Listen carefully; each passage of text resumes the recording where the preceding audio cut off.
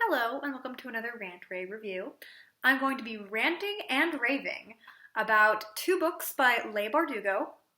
The first one is Six of Crows and the second one is Crooked Kingdom. They are a duology, which is like a trilogy but only two books. The first one was, the last one was, it's going to be rave and then a rant. So, I have a cat helping me because she's so cute and fuzzy. Okay, so Six of Crows, I literally judged the book by its cover. It has a gorgeous cover. It's basically red writing on a gray and black cover, Six of Crows. The sky is this kind of cloudy looking like raven wing going down. And then where the wings aren't, where the empty spaces, is these towers going up. It's beautiful. And the premise is basically it's a fantasy heist. So there's this fortress with this crazy drug that can give magicians, or Grisha, they're called Grisha, crazy boost to their magical power, but it also totally wrecks them. And one country wants it for, power, and one country wants to get rid of it because it's dangerous and all this different things. It's in this fortress, in this icy fortress, and these 6 criminals gotta break in and get it out. What? It's so good, and it totally delivers. I actually looked up the names of all the characters because you know me and names, I'm not good at them. So, this is like the heist part. So you have Kaz Brecker, who is the head honcho. Oh, by the way, it's YA, so they're all teenagers. So he's 17. He is a master thief and lockpick with a reputation of doing anything for the right price. So he's totally like schemy and skeezy, and he has this group of people. Inej Gaffa, who is she's kind of like a gypsy acrobat, but she was basically enslaved, like sex slavery. It's really dark, by the way. But she was enslaved, and she didn't escape. She basically managed to sneak up on Kaz, and he was like, holy cow, like, no one does that to me. So he hired her. He basically is paying off her, like, slave price-ish, in order to have her as basically a ninja. She's basically his ninja for all intents and purposes, slash assassin. We have Matthias, who is basically a witch hunter. His culture hates the Grisha. They hate magic. They think they're witches. And he is in prison. I won't go into all the stuff, but basically, like, they have to break him out of prison. Or not break him out, but, this is a fun book. It's like a heist. I mean, come on. And his love interest, slash he hates her, is this Grisha magician girl named Nina, who is a magician. And she's kind of, like, lying low in this. It basically takes place in Magic Amsterdam. So it's very interesting. And then, so let's see. Kaz, Inej. They all have weird names. I'm not gonna lie. It's one of those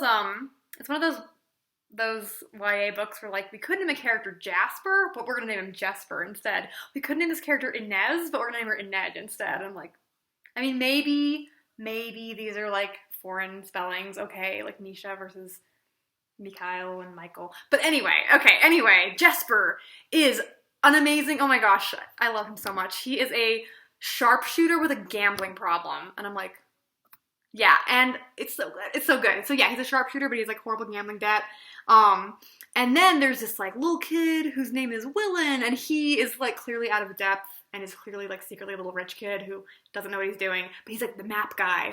They're all like the guys. So you have like the ninja, the map guy, the sharpshooter, the magician. Oh, and the reason they need the witch hunter guys, it's his culture is the guy is the place with the fortress, so he has like an inn. It's such a good, I love it so much. And there's Kaz, who's the leader. And then, so yeah, you have this group of 6 disparate people, and they all have to break into this fortress, and it is so fun, and it's exactly like how you would think it would be. It's fun, and it's interesting, and you have like interpersonal stuff, and secret backstories, and everybody has a reason for wanting to get like the money that's promised from the guy who's hiring them to do it. They all have their different reasons. It's super fun, super interesting. The magic in this world, it's part of the Grishaverse. I read it's a spin-off, technically speaking. These books are spin-offs of, I think the first, stop eating my hair. Sorry, my cat is eating my hair and he needs to not be doing that. Shadow and Bone, I think it's called. I did not care for that book. Not a fan. It was very much your typical YA, like, I'm in love with this, like, person who has gray eyes, and that's a character trait. Spoilers, at least he was actually a bad guy. But anyway, unspoilers, like, it was boring. Anyway, but Six of Crows is not boring. Six of Crows is beautiful, amazing. And I love Inej, or Inez. It's I-N-E-J. I have no idea if it's Inej or Inej, but I love her. Like, holy cow. Like, you want a cinnamon roll who also has knives? Like, And there's one scene, because her whole story is, like, super tragic. Basically, like, she kind of doesn't know what to do with herself. She obviously, like, wants money to pay off her debt and not be, like, a friggin', like, slave anymore. But she's also like, I can't, like, ever go home to my family because I feel, like, too ashamed of, like, what happened. And it's like, like, you're a cinnamon roll, it's not your fault. And she's perfect in every way. And there's one scene where, if you've read it, you'll know the scene. I'm not going to say anything. But there's one scene where, like, because she's, like, the acrobat, she has to climb up this, like, chimney that's, like, on fire, and she has these special gloves, and will she or won't she? And, like, and that's kind of her, like, that's the scene where she finally figures out, like, what she wants to do, like, with this money. And it is so good. It, like, gave me goosebumps. And it's, like, giving me goosebumps now talking about it. Like, it's beautiful. Like, I've never gotten goosebumps reading the book before, but that scene, I was like, whoa, so good. The book ends on kind of a cliffhanger. I won't tell you exactly what happens, but it's really good. Just chef's kiss. I love it so much. Unpopular opinion. Don't shoot me, all of BookTube. The one thing I don't like about the book is Kaz. I hate him a lot because he is, okay, maybe if you're a teenage girl reading this, you'd be like, he's so cool. But when you're an adult woman reading this, you're like, oh my gosh, you little edgelord, like, get over yourself. Okay, so he's dark and gritty, and he has a dark, gritty voice, and he doesn't touch people, and he always wears gloves. And I'm like, you're 17, like, smack, shut up, kid, like, grow up. And this is, like, minor spoiler territory. It's not major spoiler territory, but it's minor. So he has this one, like, I don't know, you would call him, like, crime boss type, like, skeezy guy named Pekka Rollins, who he hates. And the reason that he hates him makes no sense, because, long story short, basically, like, Kaz and his brother were, like, little country boys who came to magical Amsterdam and, like, were super dumb and, like, naive, and they saved all this money, and then Pekka Rollins was like, hey kids, you should invest in my company, and, like, we'll take care of you, and they did, and then shocker, it's obviously a con, and Pekka Rollins took all their money, and then Kaz and his brother were on the street, and then a plague swept through the entire city and, like, killed, like, tons of people, including Kaz's brother. And so Kaz is like, oh, you killed my brother, Pekka. And I'm like, raise his hand. No, he didn't. Like, everyone died in that plague. It didn't matter. You wouldn't have been living in a safe place if you had the money he promised you. You still would have been living, like, in the commoner part of that city. So you would have still died. It's a stupid backstory. You're dumb. Kaz, shut up. You're 17. Like, smack. I'm sorry. I do not care for him. And I especially don't... I probably wouldn't hate him as much if he wasn't shipped with Inej, who's far too good for him and too perfect and too pure. Like, there's this, like, weird relationship, and I'm like, no, get away. Disgusting. You're not good enough for her. Anyway, so that's my one, like, thing I didn't care for in Six of Crows. Okay. So, it ends on a cliffhanger. I won't tell you what happens. And then Crooked Kingdom comes out. And I was like, oh, the cover's still really pretty. Oh, did I mention that, like, it's one of those books where, like, the edges of the pages are, like, colored. And I think Six of Crows, they're black. And I think in Crooked Kingdom, they're red or something. Oh, exciting. And okay, I have mixed feelings. So it's one of these books where it has this big, huge crisis at the ending of the first book.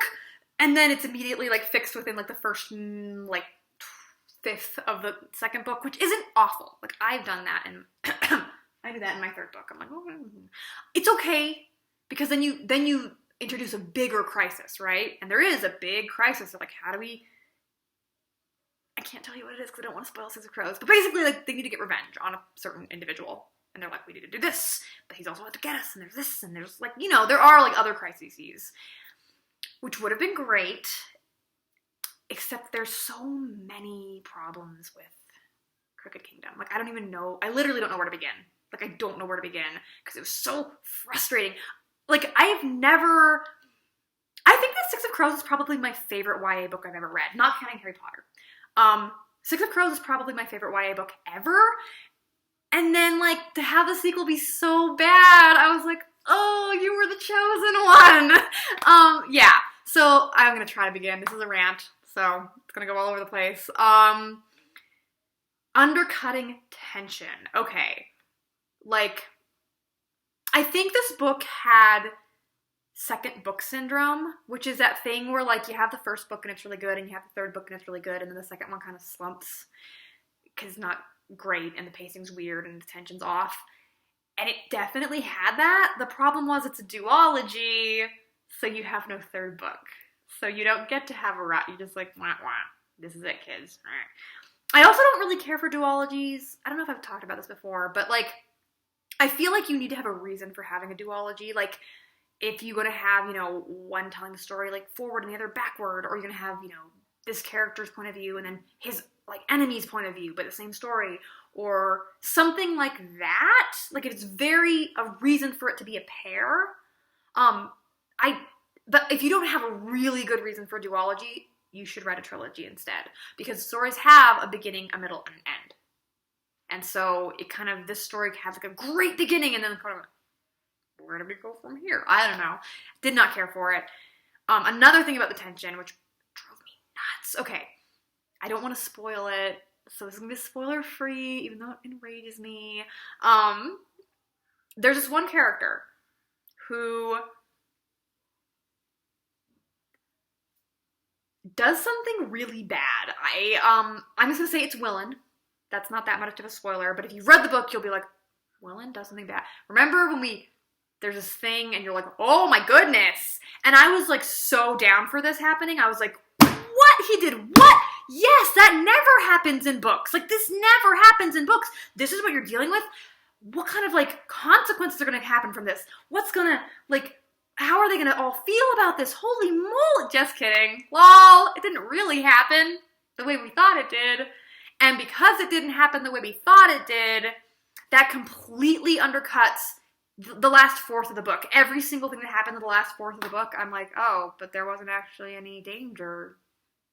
Wah, wah. It's not important. Nothing matters. Like, it was so bad. And I was so excited because I was like, no, like, you can't do that in a book, but he did. And then I was like, oh, no, just kidding. If it had been a trilogy, I think you could have had that thing happen, and then, whoa, we had to deal with, like, the repercussions. But no. So that was really bad. Oh, it also suffers from, like, YA romance syndrome, where you're like, we have these 6 individual characters, and they're all great. And then we start shipping them, and, like, they're all really stupid now. Nina and Matthias are shipped, and it's, like, it's not the worst thing ever, except that, like, I feel like she takes liberties with Matthias, and it's not okay, and it bothers me. And it's one of those things where, like, if a male character acted this way towards a female character, everyone would be like, dude, you're stepping over the line. But because it's a woman doing it to a man, everyone's like, this is fine. And I'm like, is it though? I don't think it is. Like, it wasn't the worst thing ever, but I was just like, no, like, he's a precious boy, leave him alone. And then, like, Jesper and Willen are shipped, which isn't really a spoiler. I don't know, maybe sorry. Anyway, don't read this book, it's stupid. Just make up your own story with them, okay? Because this is one of those things where, like, Jesper has a personality, and Willen has a personality, and they're okay? But for some reason, because they're in love, Jesper has to, like, treat Willen like a child, and, like, baby talk, and it's not baby talk, but, like, it just feels so, like, pat, you cute little thing, like, oh, you're adorable. I'm like, no one talks like this. Like, why do characters lose their personality when they become, like, romantically involved? I don't understand. And then there's Kaz and Edge, which we don't acknowledge because it's horrible, and I refuse. I'm just like, no. It's bad. At least they keep their personalities, but I'm like, too bad, Kaz, you're not good enough for her. You're not good enough for these books. Okay, so yeah, not a fan of the romance. There's also, a wasted opportunity. We're in the last I don't want to spoil anything. Let's just say that there is a new character introduced. Oh, this is also, like, diverse cast, so, like, New Amsterdam. Okay, so, like, Kaz is probably white. I don't know. Inej is, like, a gypsy. Willen is probably white. Matthias is, like, Nordic. Nina is wherever the heck the Grishaverse is set. I forget where. It's some Eastern European country, maybe? I don't remember. And then Jesper is, like, African-ish. Again, like, this isn't Earth, so they're all, like, you know, kind of-ish with the numbers filed off. But then they introduce this Asian character, and he seems like he would be really cool. Like,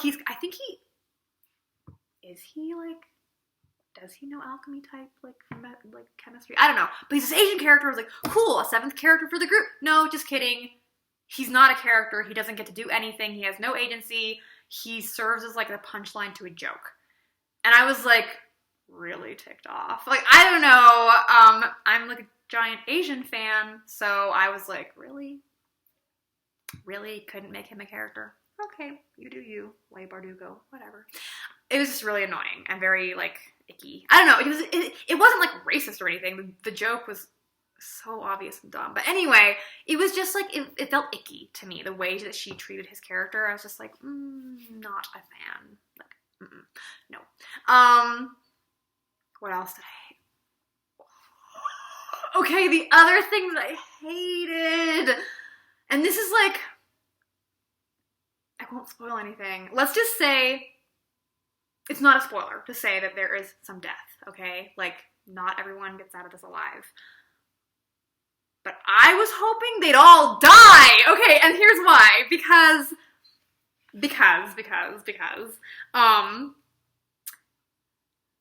again, the motive for what's happening in most of this book is, like, vengeance.